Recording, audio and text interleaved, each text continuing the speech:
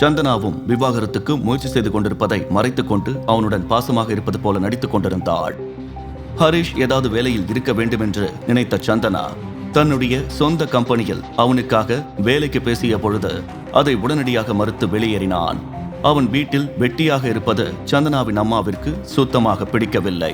கௌதமி பேசிய வார்த்தைகளால் ஏற்கனவே அவன் மீது சந்தேகத்தில் இருந்த சந்தனாவுக்கு அவனுடைய செயல்பாடுகள் மீண்டும் சந்தேகத்தை கிளப்பியது.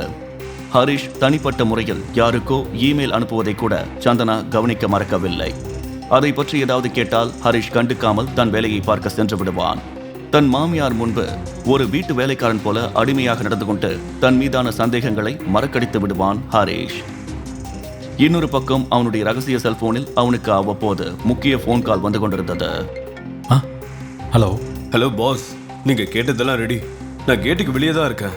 ஒரு நொடி கூட தாமதிக்காத ஹரிஷ் உடனடியாக கேட்டை திறந்து கொண்டு அந்த மர்ம நபரை பார்க்க வந்தான். இனிமே நீங்க வர வேணாம், என் மேல டவுட் வர ஆரம்பிச்சிருச்சு, நீ கிளம்பு. இதை வீட்டின் உள்ளே இருந்து பார்த்து கொண்டிருந்த சந்தனா அவனிடம் கேள்வி கேட்பதற்கு துடித்துக் கொண்டிருந்தாள். முழு வீடியோவை பாக்கெட் FM தமிழ் யூடியூப் சேனலில் கண்டு மகிழுங்கள்.